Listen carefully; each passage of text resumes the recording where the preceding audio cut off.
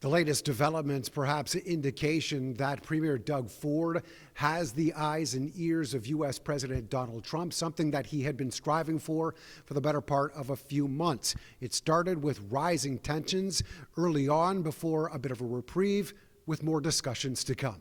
I've agreed to suspend temporarily, and we always have that tool in our toolkit, until we sit down over the next day or two. The 25% surcharge on Ontario's electricity exports to the U.S.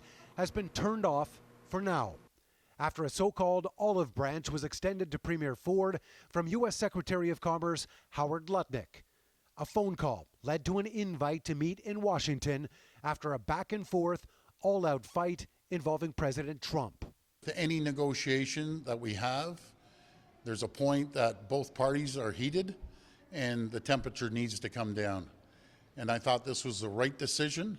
They understand how serious we are. Trump posting twice on social media earlier in the day, one outlining another 25% retaliatory tariff on Canadian steel and aluminum, and his plan to declare a national emergency. The second saying this, quote, "Why would our country allow another country to supply us with electricity, even for a small area? Who made those decisions and why? And can you imagine Canada stooping so low as to use electricity that so affects the life of innocent people as a bargaining chip and threat?" The president saw the Premier, Doug Ford, make an egregious and insulting comment threatening to shut down electricity for the American people, for hardworking American families. Ford making a number of appearances on American news networks throughout the day in response.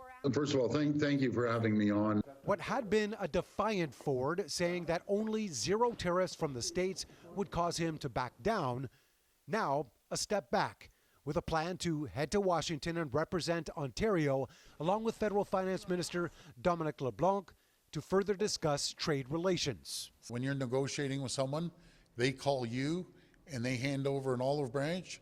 The worst thing I think I could do as Premier of Ontario is ignore them and hang up the phone on them.